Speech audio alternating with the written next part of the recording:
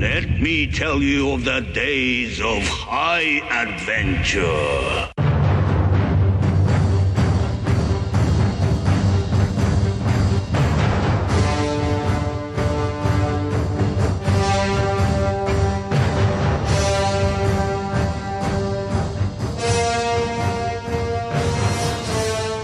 Hello, I'm Eric. And I'm Kevin. And this is 6 Degrees of Schwarzenegger, the podcast where we take a long, hard look at some of our favorite action movies from the era of Arnold. Schwarzenegger is the icon of the genre, and we're taking a deep dive into some of these 80s and 90s cult action movies and breaking them all the way down. All the way.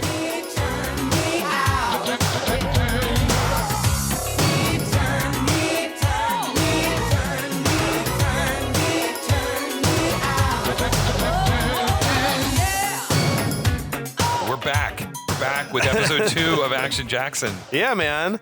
This is a culty action movie. It is. I don't feel like this one was not shown as much as a lot of the Rambos and Commandos. I mean, and we've Predators. talked about this in the past, Yeah. and so much of my 80s action movie watching was on TBS. It was on, TNT. It was on just like the classic old school cable networks. And Action Jackson was just never on any of them. No, it was kind of weird because it sort of seems like probably it should have been. I mean, it's not like Cobra was a movie they played all the time, Right. and Over the Top they played all the time. All the time. And those movies are definitely not any better than this No, one. not at all. No. But yeah, maybe they just didn't have this one didn't have the star power of the Stallone or the Schwarzenegger tie-in. The little bit of reading I did on it, part of the problem is it kept getting resold. So you're saying after, the rights to the franchise, So it was made by Warner Brothers, or no, it wasn't. It was made by a different and distributor. Lorimar. Yeah, Lorimar. I saw that's Lorimar's right. name on That's it right. somewhere. It's Lorimar, and so the movie was a relative success when it came out in theaters. Made triple its budget, I think you were telling me. Mm-hmm. But for whatever reason, maybe Lorimar went out of business, which sounds reasonable. It got sold to I think it got absorbed. Yeah, I think it got absorbed by somebody. Absorbed by Paramount, I think. Okay. And then Paramount sold the rights to Warner Brothers, but because the rights were in this constant limbo, that's one of the reasons why it never got a sequel, actually. And it's like really hard to find it in print anywhere. Yeah. And I wonder if it had a stable home, if we, would be as familiar with Action Jackson as we are with all these other movies. It holds up well to like a lot of these like Roadhouse, and that has those sorts of vibes, just like a fun time, sort of. But yeah, we're back to talk more about Action Jackson. We're sipping on a couple of old fashions. Excellently made, by the way. By cheers. Kevin. Cheers for that. You suggested it would be an appropriate drinking choice, at least to get started here. But yeah, thanks to all of our listeners.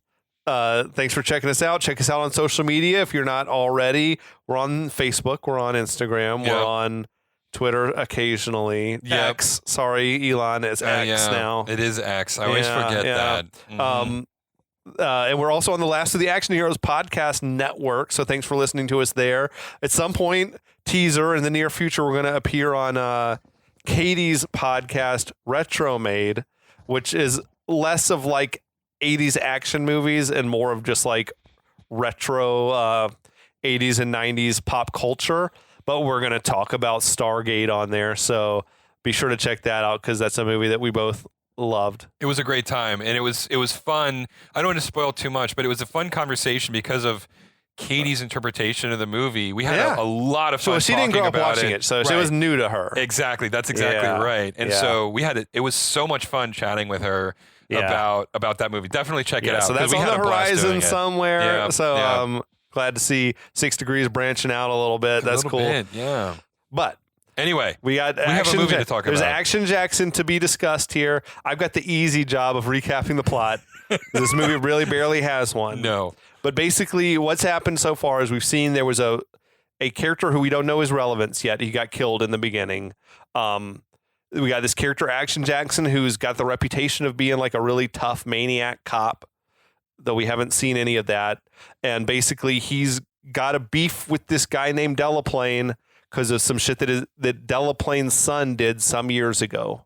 And that is the plot. That so is the far. plot, right. That could have been explained, and it could have been 30 seconds of screen time, but instead it was about 20 minutes. 20 minutes, yeah. We're about 20 minutes in. And that's where we're at. That's where we're going to pick it up. And Biff Tannen using curse words, which I will never get over. Yes. Fuckorama. Oh, my God. Anyway, so... We finished with the gala where Delaplane is getting awarded for reasons that are unclear, and at the end of that scene, the tense standoff between him and Jackson. Right. We cut to a boat in the middle of a water in the middle of the night. Yeah. Right. It's a bodyguard, presumably. I mean, they don't establish any of this. No. Who's walking around, and the captain of the boat are having this. He's not piloting the boat or anything. He's just standing around, shooting the breeze with a bodyguard. Right. It's totally unclear. Making, as is the theme for this movie, bad jokes that no one is laughing at. It was a series of what do you call a guy with no arms and no legs who is in the water? And right. Like, Bob. And big laughs. And a guy with no arms, no legs who's under a pile of leaves. Russell. And it's just this. What the fuck, man? It's really so bizarre. It's bizarre. I don't understand that shit's about to go down just because this is the movie, but why we had to linger on all of that for so long. It was like Beavis and Butthead style, they're and the joke, it's just so weird. Anyway, so we cut to inside the boat, and there's a guy who I guess he's like a boss guy. I don't know. It's never established who he actually is. He's talking on the phone about the guy who got killed in the opening sequence. Finally, there's a little bit of context, except not at all still.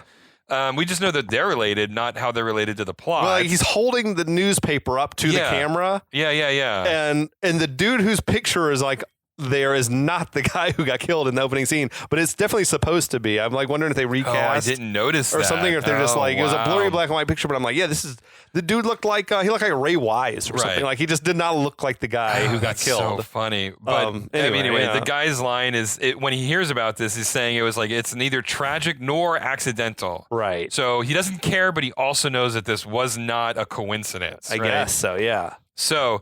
The bodyguard and the captain continue to just tell these awful jokes, at which point another bodyguard comes out of nowhere and says, shut the fuck up. Just quiet down. Would the captain let you talk to them like that on the boat? It's not clear to me, especially if he's in on all of these bad jokes, The captain's very immature. Yeah. An immature captain. But at that moment, all of a sudden... The bodyguard is murdered with a spear gun through the chest. Yes! From nowhere. That James Bond shit. Yeah. Spear guns and grappling hooks. Who uses these things? No one uses these as actual weapons for human beings. This is, and you're batting 50% on spear guns in movies that you've been on. That's right. Holy crap. That was Face Off. But if you're going to kill someone, who would use a spear gun to kill someone unless, that's a weapon in Face Off, where it was desperation. This is what's here. No one chooses this. Why would you not have a sniper's rifle or something? Exactly. I prefer to use a spear gun because we're on water. 45, Glock 17, spear gun. That's what I'm going with. Give me the spear gun. Yes. Anyway, so by this point, we have a hitman makes his way onto the boat, and here we go. We got another butterfly knife. Yep. Throws it into the chest of the captain, who now falls into the water. Thank God his jokes are done. The knife hit him with such force it knocked him over the railing. Who knew that butterfly knives were that heavy? The butterfly knife is not a stealthy weapon. No, it's kind of noisy when you're flipping it out or whatever. Yep. Dude, I also read somewhere it's illegal to show a butterfly knife on screen in the UK. Oh, really? Because I think it was Face Off trivia said when he had the butterfly knife, they had to cut that scene out, just when they showed him opening it up because it's an illegal weapon in the UK. Very weird trivia. That's so funny. That is so interesting. But the butterfly knife guy, he was another regular in action flicks. He was in Eraser. He was in Heat. He was in the Chuck Norris movie, The Octagon, and Air Force One. Oh, wow. Just another recycled part. They're bring in that dude from that other thing. If you're going to do that, this is a movie to do it, right? There's, again, as we mentioned, there's so many characters in this movie, unnecessarily. You got to fill it with a bunch of just generic toughs. So why not use the staple of action stuntmen, right? Yeah. So inside, we cut back inside the boat, and the boss is still talking on the phone, and I don't know who is coming up with this nonsense. He says, "Oh no, it's okay. I've got things tighter than the Pope's poop chute." He's talking about a security. He's talking about security. That's what I'm assuming. But that is some imagery. yeah, I mean, I don't. Is he implying that the Pope like doesn't poop, or is it like he's so homophobic that he's like especially careful about it? I think it's that he's never been fucked in the ass. Right, which is okay. I feel like a lot of people could say that. I think so. So I'm not entirely clear why the Pope deserves special attention. That really paints a picture, though. It does. Like, it really does. You know, he's gross. Anyway, it's bizarre. So yet another hitman climbs onto the boat. That dude is one of the Klain brothers from Twins. Like another, oh my God, like the loan right. sharking big doofusy guys from Twins. I'm like, yes, right. another just dude out there working it. I'm Yeah. like, I'm a heavy for hire for movies. I love it. Hey man, get paid. So the final bodyguard is finally checking out the commotion when the third hitman pops up and then just snaps his neck 80s style, right? It is the most 80s neck snapping moment you can imagine. I don't know if you've ever watched the sketch show Key and Peele. Yeah. They do an entire thing where the hero, all he does is snaps people's necks, and it is brilliant. I love it. Did you watch the movie MacGruber? Yeah. Where he was ripping throats out, and he's like, if I can get 3 of that as a turkey or whatever, and he's like, just, oh man, and he's like, he shot him before I was gonna rip his throat out. It's just so weird. I love it when they play with the tropes like that. So the boss is done with his nonsensical exposition on the phone. He was on that like the prototype cell phone. Yeah. When we were watching it, you were like, "What the fuck is it?" Because it's like a radio. It's attached to like a suitcase. Yeah, exactly. Like this is something that soldiers would bring into the war in Vietnam, and they're like got the knob that they're rotating and shit. Because this is like the same shit that they had in Lethal Weapon, which I think is like the technology was just so bulky. I mean, it was like a suitcase with a little phone attached to it. Right. It's another one of those moments in this movie where anybody who was born after 2000 looks at it and goes, what is this? The fuck? Yeah, exactly. But he's now enjoying opera, right? Yeah, that was weird, but yes, he's enjoying some opera, Marriage of Figaro or some shit. Exactly. And then there's the knock on the door. So he's like, who is interrupting my opera listening? And so the fourth hitman then jumps out and handcuffs a small briefcase to his wrist and then punches him in the face. Right. Okay. That's an odd choice. The boss man, he opens the case and he finds that there's a bomb with a timer showing less than 10 seconds. With less than 10 seconds, do you really need to handcuff the case to the guy? Also, could you even have gotten off the boat yourself? Oh, I know, because if you're the killer. I know, because when the boat explodes, they're already half a mile away. It was huge. So it is absolutely bonkers. I mean, it's great pyrotechnics, though. I mean, dude, like, that was one of the biggest explosions I've ever seen. Oh my God, it was massive. The dude let out like the long scream, like too long before it happened, like 3 or 4 seconds long of just screaming and staring into the camera. Classic 80s like explosion trope, though, right? For sure. You had 3 seconds to do something, and you chose to spike the camera and screen. All right, well, that's not the choice I would have gone with, but that's fine. Well, what I felt like is, instead of sending 4 guys onto this boat, maybe you could just plant the bomb on the outside of the boat and blow the shit up. Yeah, I mean, now you're not leaving behind bodies with spears in them and like butterfly knives in their chests or whatever. I gotta be honest, the size of that explosion, though, there ain't nothing left. You got like a dude who's got a handcuff to a Halliburton case in the wreckage, and it's like, well, this seems like not just this was not a boat accident. Although when boats explode that big. Right. True. I mean, it just feels like maybe there's some foul play here. True. But, so that scene is done. Again, we assume because it's a movie that these are somehow related, but to this point, there's no connective tissue whatsoever. Well, he said something about he seemed to be familiar with the guys who got killed earlier, or the first guy at least. Exactly. So those 2 scenes are linked. Yeah. But none of the rest of the movie is at this point. No, right? Like it's not this. Yeah, it hasn't come together yet. Right. Exactly. Yeah. So. Action Jackson, we cut to Action Jackson, and he's returning home in his 1966 Impala convertible, which is a pretty dope. Granted, it's a pretty dope car. Yeah. His doorman / valet, Argyle from Die Hard. Hell yeah. Another, like, oh my God, there's just so many people in this movie. So this is the only time I've ever seen him in any movie And other than Die Hard. And he's still playing Argyle. He basically is Argyle. Yeah, he's just playing the exact same character.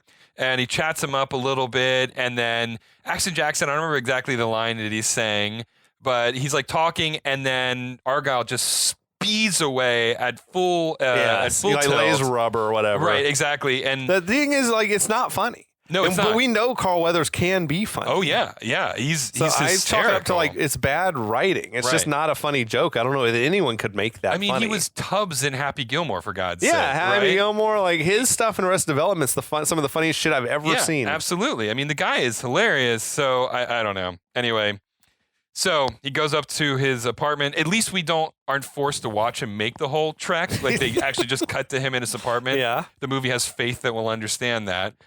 Grabs a drink from the fridge, and he sits down to watch Perfect Strangers of all shows. All right, represent show. I The heard movie. that and I was like, I know that show well. Yeah. I watched the shit out of that when I was little. He's watching it with his bird. His bird. Yeah, he had like a large exotic bird in a Yeah. cage in there. Right, I which didn't is see like, that all coming. right. I feel like there was some attempt by the production designer to give this character a backstory. Yeah. Like, the production designer reads a script and he's like, who is this guy? I'm going to give him a bird because at least That's it unique. implies something. Yeah. Right, exactly. So he while he's watching Perfect Strangers with his bird, a commercial comes on for the new Delaplane car. It was that like hot air, hottest. I mean, it was awful. They're trying to make that shit work. Yeah, Make I it know. a motif or some shit. It is just hysterically bad. So he checks his answering machine, and there's this like really panicked guy named Tony who's saying like, we have to talk. So something is up. I feel like an answering machine alone is like a blast from the past. That is too. for people. I mean, another Like, thing that no what one is is going that? to understand. What's even a landline? I mean, how do you explain to someone who has never seen anything but a cell phone that, like, yeah, there were these boxes where we would try to come up with silly things to imply that we weren't there, and then you leave a message and we might return your call. Like on a cassette tape. On a cassette tape, right. Yeah. And it only had so much. I mean, like, how do you explain the concept of an answering machine to people now? It's just ridiculous. Anyway, so Jackson is drawn to the news on the TV reporting about a boat explosion, we now know from this news report, thank you, expository news report. Did you wait? But I'm sorry. Did you notice there was like a mannequin or something in the background in his place, like a female mannequin, like almost? That's right. And I'm like, the fuck is going on in this guy's life? Like, it was some set decorator was going to town with some weird choices in there. That's not the last time we're going to see weird mannequins, though, either. Yeah. Like, we'll come to that in a little bit. It's like but a stand-in for his wife or something. Yeah. Something weird's going on here. Again- I'm sorry. I just realized I hadn't mentioned that before when he was walking through, and I'm like, shit, yeah, there was a weird-ass mannequin. Yeah. Again, I feel like it was the production designer going, someone has to give this What this do we guy a got? character. What props do we have in Yeah. the locker or whatever? Yeah, exactly. So Jackson's watching the news report about the explosion, and this is when it's revealed that the big boss man who had the briefcase handcuffed to his wrist was a big shot at the AWA, the Auto Workers Association. Right. Which, I don't know, maybe I'm just too much into the cosplay scene, but they say AWA over the course of this movie. And AWA is a con in Atlanta, Anime Weekend Atlanta. Yeah. And it's just like every time they said, I'm like, what's going on? Anyway. But don't you think the news already had way too much information? There was, oh my God. They were like, he was on the boat. He had 3 employees on the boat as well. They think it was I'm like, I feel like you wouldn't have had time to notify families and stuff like this yet. Like, the names have not been released. I love how, and this is true in 80s movies in particular, but it's always the case. Somehow, like, when the screenwriter needs an expository dump and has no other way to do it, all of a sudden the news is the most Johnny on the spot. You turn it on and it's talking about exactly what you need. Exactly what you need to know. At least this had a little Perfect Strangers first. I mean, some of my favorite jokes in television is like, we're going to turn on the TV and figure out what's going on. And then it's like a commercial. It's like, hold on, I'm sure it'll come on in a second. And like, they just hold these like awkward pregnant pauses waiting for the important information to show up. And it's like, those are amazing scenes when they acknowledge that kind of nonsense. I'm looking right now because I want to say probably Perfect Strangers was a Lorimar TV show. Gotcha. Yeah, absolutely. It was a Laura Moore produced show, so Okay. that's why the tie-in. Okay. This shit-ass movie. All right. Okay. Anyway. So the next day at the police station, Action Jackson is pleading with his ex-partner to investigate the connection between all of these murders. So finally, we're bringing these murders into the movie. So it's been like 3 union officials killed like in the last week or some shit like exactly. that. And it's only this desk cop who has no relationship to the audio unions who is putting the pieces together on this, right? He says that weird line about, this is a carbon copy of the Norman case. There wasn't enough left of him to spread on a pizza. What? That's a fucking weird way to put it. I would really love to talk to the screenwriter and go, what? Sometimes you think about, in terms of how much of human remains are left, how much you could you spread it on a pizza? Right. All the time. Like when I'm opening up my fresh Pizza Hut, and I'm looking at it, I'm like, I could fit an eighth of a person on this. And tuck this away in your memory banks, listeners, because later on they describe the death of that character, and it is not a carbon copy of a guy getting blown up on a boat. So, anyway, so Jackson is trying to get his buddy to investigate these murders, and his ex-partner is a real fucking dick about it. Yeah, he's a prick. But you got to have that. There's always got to be the pricks in the office that are keeping the good guy down. cop from like being effective. Right, exactly. This was Action Jackson's like sort of attempt to be Serpico a little bit. Yeah. Right? Anyway, so a phone call comes in for Jackson, and it's Tony again. Who is aware that he's at the police station now, and and he begs Jackson to come and see him at his place, saying that it's a matter of life and death. All right, okay. So, cut to Jackson is at the apartment, just walks right in, like doesn't knock, doesn't need to. The door is ajar. Door is ajar, and he just walks right in, and Robert Davi from. Playing Tony from Die Hard, of all things. Agent Johnson. Agent Johnson is there. He was also in Raw Deal. He was like the big bad guy in the Bond movie License to Kill. Yep, that's right. He was one of the Fratellis in Goonies. Yep. Just another like working character actor. He was acting his ass off in this role. Oh my god! I mean, he was doing a little too much, probably, if we're being honest. But he was in this manic sort of state, like just mumbling and cold sweat looking dude. Like really good performance, but it's not ideal for relaying exposition. Which is what he's here to do. Imagine someone tweaked out on meth trying to explain the inner workings of an auto union to you. And that's kind of the vibe that this guy gives off. You were tripping out over the way he was dressed. Oh my God. I don't know what that whole thing was about. It's like a wife beater and sweats and a 3-button blazer or something like that. It was a wife beater, sweats, and a 3-button blazer. Yeah, it was, I don't know what that costume was.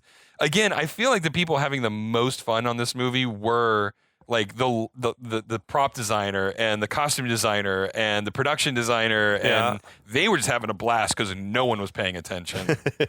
So Action Jackson asks him what's going on, right? And Tony says he's convinced that he's being bugged. He's torn his place to shreds. To shreds, like it's totally disheveled, which. Honestly, you look at it and you're like, given the way he's acting, you're like, yeah, this is probably just how he lives. I mean, I don't know. Maybe he's done this, but also maybe it's just Wednesday. So Jackson asks Tony, is like, hey, like, let me take you to the hospital. You need help, right? And Tony refuses. And instead, the next logical option, he pulls a fucking pistol out of nowhere and holds it up to his temple like he's going to kill himself. It's a weird move, isn't it? It is. Like, it's an odd flex. He's like worried about getting killed, so his solution is I'll kill myself. Right. I'll take the fun out of all of this. Okay, so Tony then tells Action Jackson like to sit down and listen to what I have to tell you. Okay. Right? And so Jackson's like, okay, all right. So he starts telling what's going on. And he said, the 3 recent murders, Tony's the one who's about to go next. Right? Mm-hmm. And Jackson's like, why would anybody want to kill you? And Tony says, take a wild guess. He's like, I'll give you a hint. Hot, hotter, hottest. It's like, fuck, they got to stop trying to make that oh my God work. Movie. Yeah. But yeah, Delaplane. Okay, fine. It's Delaplane. Right. So, which Jackson seems like he's in disbelief. Yeah. It is like that strange considering that you like hate this guy. It's almost like he forgot that he hated him for a moment, right? Right. He was too like, oh my God, Tony, you got to get off the meth. Like, he was too worried about his friend to remember his vendetta against Delaplane. Speaking of Delaplane, we cut to Joey's Club Elite, which to me sounds like a swingers club or a sex club. Yeah, or that's weird. We cut inside after the establishing shot, which has an appropriately 80s like vibe to all the neon. And it's like so crazy. It was weird the way it was all lit, like they're in there rehearsing music or whatever with all the lights turned out. Yeah, it's just like a film noir sort of. It was great looking. But it also didn't make any sense for what's happening. Nope, absolutely. Yeah. And what's happening is that Vanity is rehearsing for an audience of one, just Delaplane. Yeah. And he is sitting there. Vanity was so hot, dude. Oh, she was so hot. She was out of this world. Ridiculous at this point. And she is like just the most seductive song. It was clearly a music video. Right, I feel like what was going on is they were trying to simultaneously she's being very theatrical with her like performance, looking directly into the camera, which doesn't make any sense. Like to me, I was watching this going, okay, they were hoping they could take this footage and turn it into a music video. Of course, yeah, because she sings basically the whole song. Yeah, it was like 2 or 3 minutes. Yeah, of a performance. That's a lot to have in like a 90-minute movie. Right. Meanwhile, the only person in the audience is Delaplane, sitting alone at a table by himself in the middle of the club, being his most villainous self. Of course, yeah. So she finally finishes, and she says to Delaplane, "I expected a standing ovation." And his response was, "You're getting one." And I'm like, oh, Craig T. Nelson coming in with it's hot. And that's hot. At least finally we've got an actual double entendre here. Yeah, I love that. Mean, anyway, he takes Vanity by the hand and he leads her out of the club. And this giant guy who is clearly a bouncer or an enforcer or something. He seemed like her protector in some way. Right, exactly. Yeah. He's named Ed. And that's really all you need to know about him. He asked her if she needs any help, and she says she can handle this part on her own. I like that she's just like abandoning her band is still up on the stage. Yeah, like, they're like, are we done? Can we go home now? We can break down? Like the drummer says to the bass is like, I got to get a new gig. Yeah, this is terrible. Anyway, well, he doesn't actually say that, but that's what their eyes were saying. Anyway, so Delaplane makes it clear to Ed that, I don't appreciate that you're insinuating yourself into the situation that I've got going on right now, and you need to remember who pays your motherfucking salary. Right. So what is Ed's job? He's unclear. He keeps an eye on Vanity. I guess is what it sort of seems like. I feel like he's like a goon on retainer, and so like he just hangs around with Vanity, making sure that no harm comes to her. Right? Well, yeah. But then that's what it seems like. He's protective of her. Right. In so some way. Ed like takes his job a little bit too seriously. Yeah. And then so Delaplane's like, whoa, back up, son. Like I only mean it when it doesn't, refer to me. Right. I can like threaten her or this or that. Exactly. I can do whatever I want. Right. Exactly. Coerce her into sex. Also, do we assume that Delaplane, does he own the club? Does he own this place they are? Otherwise, what's he doing here? Agreed. And why? It's still like, is he own the car company? Is he like, it's not clear to me where his money is actually coming from. I'm going to just assume that he owns the place. It seems like he would have to for him to have this kind of access. Yeah, exactly. It's right. But the movie doesn't explain it. No. Just it's not, go with but it's it. not Delaplane's Club Elite No, or it's whatever. not. It's right. It's Joey's, right? Joey's. Come on. Yeah. So we go back to Tony's place again. And I don't know why we took that weird detour to Delaplane. But anyway, we're back at Tony's place. And Tony's explaining to Jackson that he worked for the guy who got killed in the opening scene. So now finally, we have the connective tissue to explain what the hell is going on. And Tony was helping the guy in the beginning scene keep tabs on people who were involved in the auto workers union. Okay. Right. All right. Okay. I'm with you. All right. Following. Conspiracy rises. So Tony says that he discovered that Delaplane was working to undermine the union. Boom. Now we have a plot to this movie. And I feel like in my notes, I might have given him too much credit because I feel like on a rewatch, that's not quite what he says. It's more just like he was going through the union guys and seeing who was for him and who was against him. I'm just like, okay, but that's me trying to make sense of the plot. Yeah, I mean, because I don't think it was even that concise and clear. But that's fair. But that is what is happening. Is that Delaplane was trying to figure out who in the union supported him or didn't support him or whatever. You're right, but I mean, it's all very vague. Like regardless of what inferences we make because we want to like this movie. We're apologizing for the writers. We are so hard on this one. Like we apologize for the writer a lot on Face Off. Yeah. And this one there's a lot of work going on here for us to justify the existence of this movie. Yeah, because Tony said I don't have any proof that Delaplane's behind it, but like he doesn't know why Delaplane's clashing with the union leaders, which I feel like the owner of a car company would be clashing with union all the time. Like that's a really easy plot. Yeah. And this movie is somehow fucking it up. I know exactly. It's just like, oh wait, management is against the union. What? That makes sense. Like that is easy. We all understand that. And he's like, yeah, but I don't know why. It's like, no, you don't even need to know why. Right. Anyway, so it's like Tony's like, look, just tell me if you're not going to help, right? Right. And Jackson's like, no, I'm in. I just need more to go on. Jackson's motivations are so strange. Like he's driven by this personal vendetta against Delaplane and like the desire for glory and recognition or something. He's like, there's this whole thing about like, I thought you were going to make a name for yourself. And he's like, I am going to make a name for myself. And it's like, I don't understand. That's a weird motivation. He's got what is it? What is that? It's like a mental condition where it's like you're afraid of success, right? Yeah, maybe. He's his own worst enemy. He's his own worst enemy. Absolutely. And that's a pathos you could actually like really bite into, you know? We're rewriting this movie. I'm here for it, though. I'm here for it. Anyway. Deep breakdowns. Anyway, we're getting right into the heart of these characters.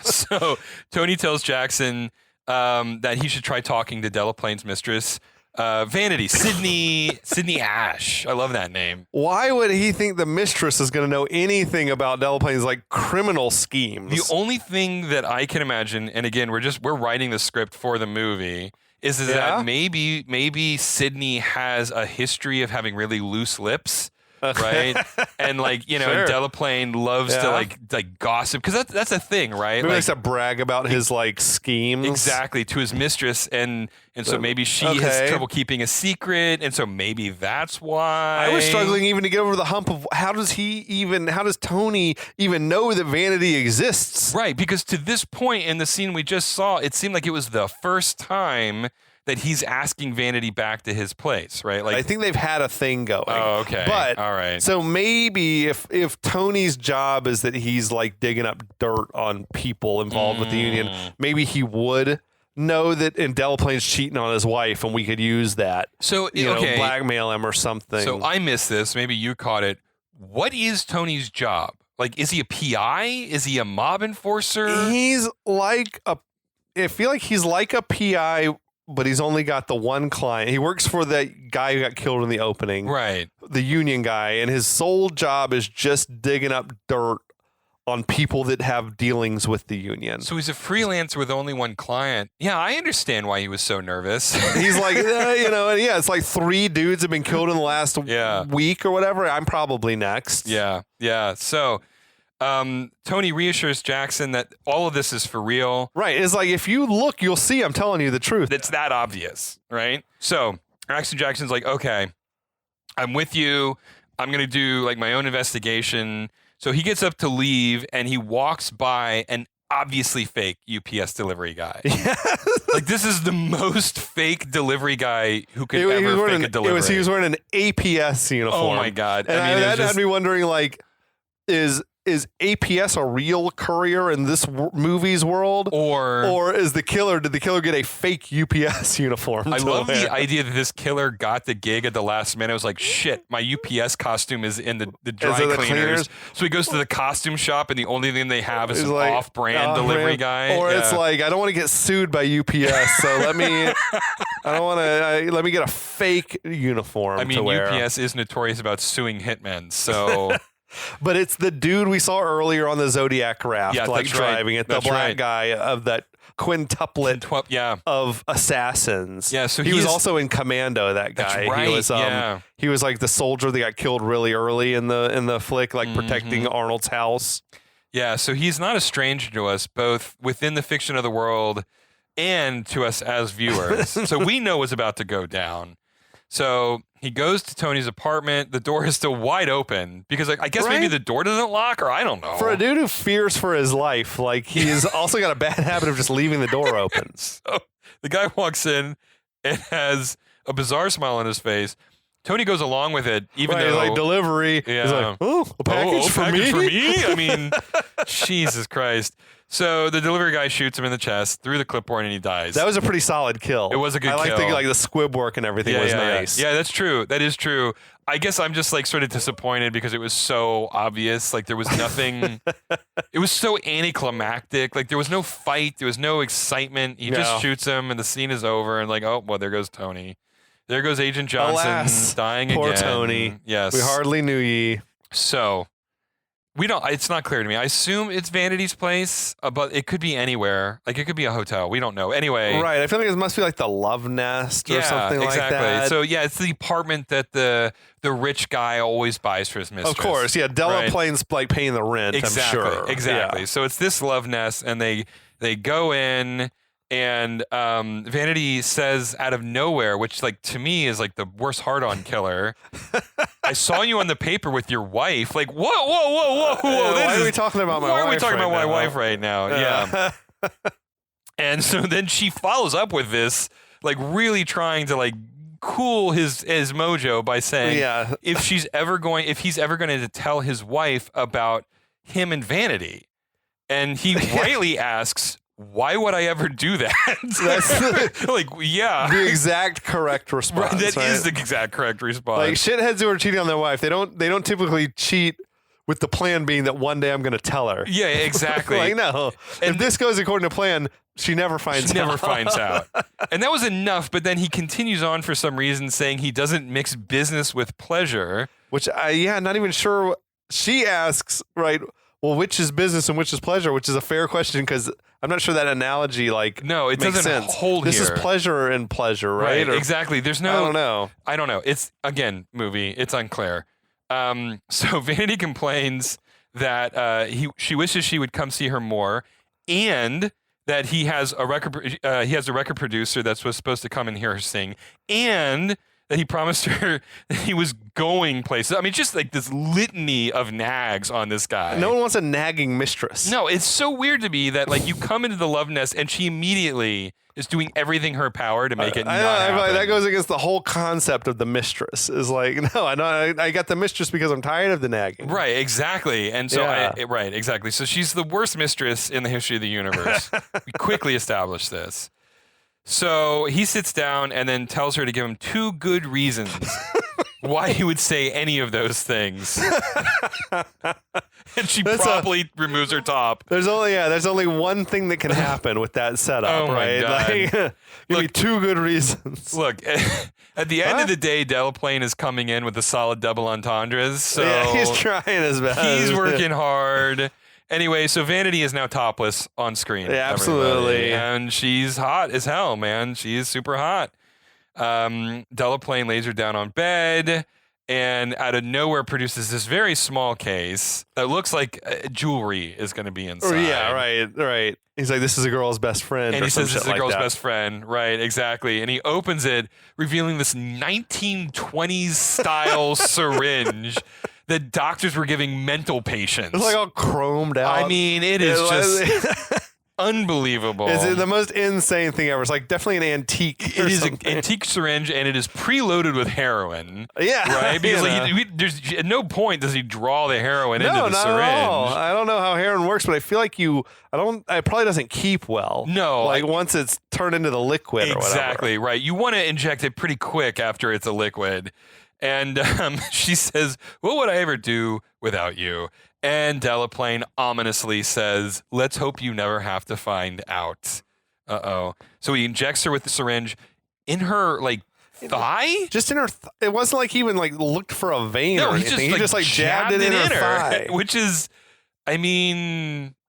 I don't know what would happen. I don't know what happened. I don't think you get the right like reaction. You're doing it that literally way. injecting it into fat and muscle at that point. Yeah, some of it probably gets into the bloodstream, but right, but not in the way you want it to. Yeah. It's very bizarre. This movie does not understand how drug use works, but that's a conversation for another day. the thing is, after he injects her, she just like drifts away to sleep. It seems like. Yeah. And it's like, wait, weren't you guys supposed to fuck? Oh yeah, that's a good point. That is a really good point. Is this just he just came over to shoot her up and then? Man. Or is that his thing? Like that when she's unconscious, that's when he gets... That's I don't really know, it's gross. but that gets way grosser that way. That's maybe how he likes it. But I don't also, I wouldn't put that past Delaplane. Like, Yeah, I no. think you're right. I think he shoots her up, she goes off to Dreamland, and then he gets his game on, which is like makes him way grosser, but also a more villainous villain somehow. So yeah, okay, I got to pause on that for a second. Anyway, Collect yourself. Yeah, collect myself. Sorry. Just when I thought he couldn't get more evil with that hair. So Action Jackson, by this point, has gone to the morgue to see Tony's body. And the coroner says amphetamines, malnutrition, insomnia. If it weren't for the bullet, he probably would have dropped dead within a week. So he was on meth. Yeah. That coroner is a fucking weird character, as we're going to see. It's not the last time we see him. That's for sure. But I figure if you're looking at dead bodies all the day, you're going to have a weird sense of humor about it. So I'll give him a pass. Anyway, Action Jackson says they were friends on the high school track team and totally... Yes, the high school track team I can't even finish that sentence. I mean, just why, movie? Why are we bringing this back up again? High school track is like such low stakes. Yeah, and it's the rule of as many times as we can fit into the movie because this isn't the last time. No, it keeps coming up. We're going to hear about this. It keeps coming up. So anyway, Tony was always a little high-strung, apparently, and as a result, they drifted apart because... As crazy as Action Jackson is, he's clearly more mellow than his friend Tony. Yeah, somehow he did know where Tony lived without being told. Right. This is a little strange, but... Anyway, it's unclear about any of this. So the coroner says that Jackson's ex-partner detective wants to call it a suicide, which seems odd. I feel like there's plenty of forensics, right? Like it'd be very... easy to just say, oh yeah, this gun that shot him was at this angle and it was 4 feet away or something. There's and, not going to be any gunpowder residue on Tony's hands. No gunpowder residue. Yeah. There's going to be splinters of wood in the bullet wound, right? Like that wood shattered right into him. And it's like this is the 4th Union guy dead like this week or whatever. And it's like they just I think all the time one of my favorite things in the movie Batman is when the muggers or whatever get like taken out by Batman in the beginning, and he's like, "No, these two slipped on a banana peel." Like that's the kind of cop that partner is like. No, these guys slipped on a banana peel. Right, and that line works because it's so over the top. But then, despite all of the other evidence that Jackson could come up with, what he decides to go with is that the gun that killed him didn't match the gun that Tony owned.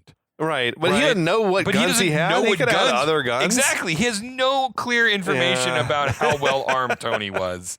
So the coroner asks if he's got any leads to go on, and Jackson says, I know a very beautiful woman that might be able to help me, but first I got to get her away from her husband. And the coroner, like creeping it up again, oh, the story of my life. The horny coroner. Oh my God, this guy.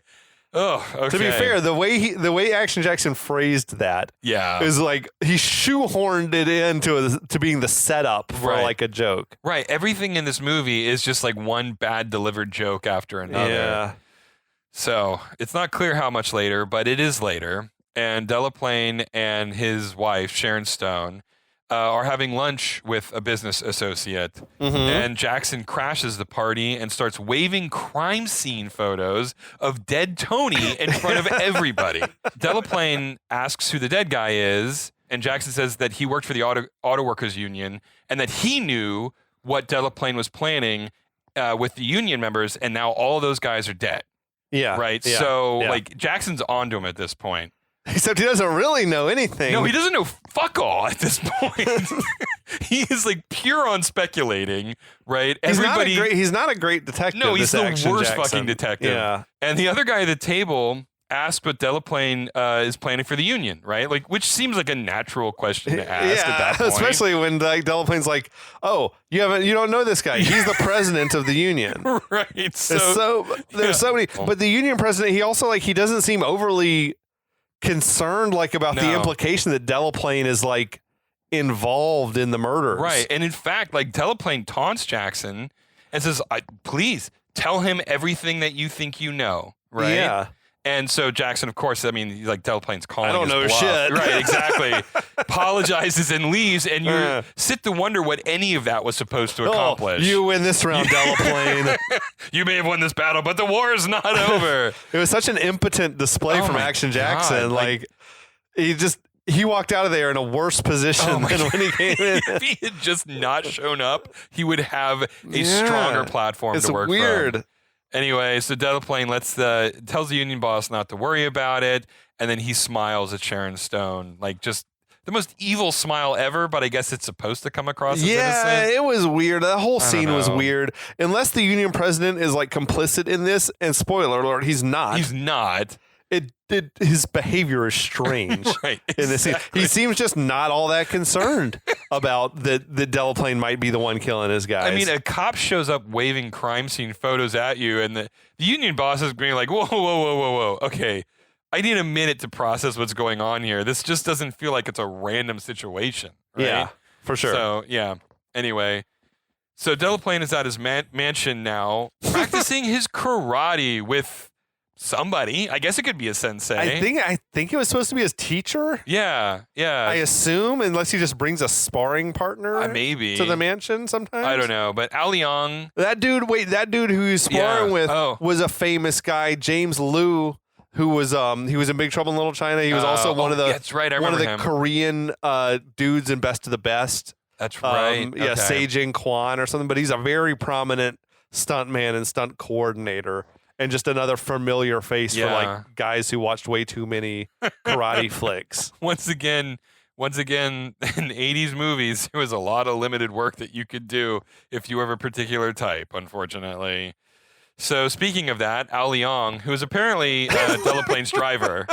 Yeah, he's sometimes your driver watches you practice karate. Yeah, exactly. Just normal, gonna hang out. Just normal shit. This is exactly what I do. So they're sparring, and it's all fun and games until Delaplane actually hits the sensei hard, makes the sensei angry, and now it's like he takes it up a notch, and he actually shows Delaplane what's up. Right? He's not playing around anymore. But Delaplane doesn't like this, and then he hits the sensei with a cheap shot while the dude's back is turned. Yeah, shitty. Oh, my God. So, anyway. I thought the karate double for Craig T. Nelson, because it definitely was not Craig T. Nelson. Not a it was a chance in pretty hell. good match. Yeah, it wasn't bad. I mean, better than whatever they do for Steven Seagal these days. Yeah, it's like a 20-year younger, thin guy doubling. Yeah, weird. So Delaplane extends a hand to help him get up after he's taken the cheap shot. And then once Delaplane takes his hand, he breaks the dude's arm.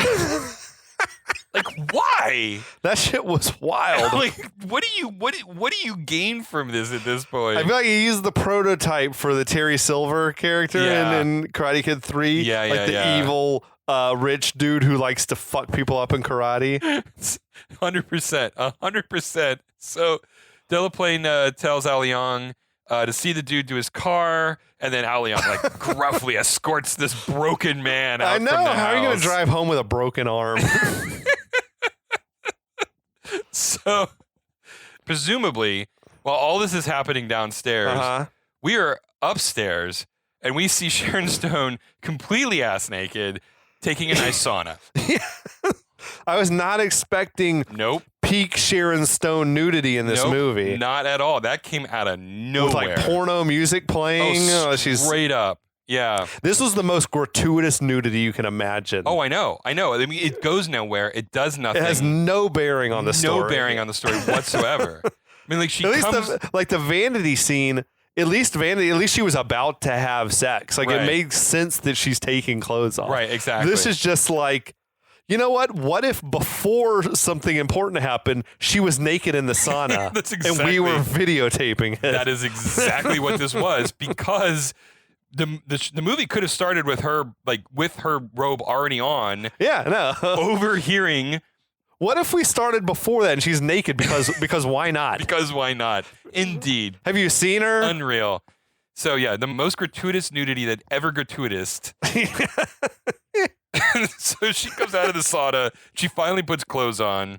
Yeah. And there's a partially open door where she hears, I don't know, someone who works for Delaplane, a butler or somebody. He's got the butler vibe to him, but it's not. we never see him working. No, exactly. And he's talking on a phone in the hallway for some reason. Of course. Like, why would you do... Anyway, he's talking on the phone to somebody, and so she pokes her head out to listen, and he says that they're going to have someone named O'Rooney under control soon. They just keep introducing new characters. I mean, it just goes on and on and on. But he also says that Jackson got to Tony before they could, but it doesn't really matter what Tony told Jackson because he can't prove anything. Yeah. Which we've established at this point when Jackson, like, walked away with his tail tucked between his legs in that previous scene. Uh-huh. Anyway, so he's confident that, quote, Jackson doesn't know enough to hurt us. Okay. Okay, so he's villainous. He's in on the plot. He's a bad dude. I love how Delaplane's servants, like his driver and his butler type, his manservant, he uses them. They're involved in his crimes also. I mean, I don't know why you would use the help that way, but you do. You got a squad of assassins. I mean, and you also are like, I'm looking for someone who knows how to drive and also a limo and also will kill people. I'm looking for a butler who will clean my bathroom you can starch and also take out my dirty laundry. Oh, hey-oh. Yeah, you can starch my collars, and also you don't mind like killing people too. That's it's bizarre. Anyway, so the butler notices Sharon Stone eavesdropping, and she quickly closes the bedroom door. Yeah, I love that in movies when you quickly close the bedroom door, you're free and clear. Like, even though it's clear that this guy saw her listening to everything, she closed the door, so she's fine. Anyway, so now we cut to Delaplane is getting in his car to leave, and Sharon Stone runs out and says, "Hey, we need to talk. We need to talk." And Delaplane says, he's running late and he needs to go. And she says, if you're the man, if you're Delaplane, you're never late. No. Right, the meeting starts when you get there. That is a great point. You're not like, I'm late for this meeting. Like, you're the boss of the whole company, it seems. If you want to show up an hour late, you can show up That's an when hour the meeting late. starts. The meeting starts when I'm there. I'm never late. Yeah, anyway. Exactly. No, that's a great point, actually. Anyway, it's still a good excuse for why he doesn't want to hang around talking to this wife who, for some reason, he's not interested in. I mean... So Sharon Stone says, though, that what she's got to tell him will only take a minute, and he literally just rolls up the window in her face as they drive away. That shit was wild. Who rolls up the window on Sharon Stone? I mean, just unbelievable. Oh my God. But he's just like, we're like, she's mid-sentence and the window just starts going up. That's so good. She still thinks he's a good guy.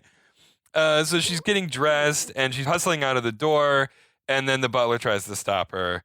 He offers to drive her wherever she needs to go, and she's like, nah, I'm fine to drive myself. So she opens the front door to the house, and she sees Action Jackson walking up out of nowhere. Of course. Right? Because, like, the timing could not be more perfect. And he was like, oh, what a happy coinkydink. I was just showing up to talk to you specifically. Why? I don't know. Tony told you, go talk to the mistress. Go talk to the mistress. Like, yeah. You're not doing it. Right, exactly. Maybe it's this, like, he spends so much time with Vanity that he thinks that Sharon Stone's character is the mistress. So it's a case of mistaken identity. So she asks if he's heading into town, and he says that if she is, I can give you a lift. And she goes, I thought you'd never ask. And so she bolts to his car, and off they go away from the evil butler. I feel like finally, this is like the beginnings of a plot. Yeah. 36 minutes into the movie. 36 minutes into the movie. The plot is starting to take shape. That's right. We are well into the movie, and we have just ended Act 1. Everything that has happened up until this point could have happened in 10 minutes of screen time. Absolutely. This is the first 10 pages of another script. Yeah. Well, here we meanwhile, we are 36 pages into this script. We are 40% of the way through this motherfucker. Yeah. Anyway, so that's where we're going to call it for tonight. But yeah, so we had a great time. We'll be back in the next episode. And stay tuned, everybody, because it only gets wilder from here. We'll talk to you soon. We'll be back.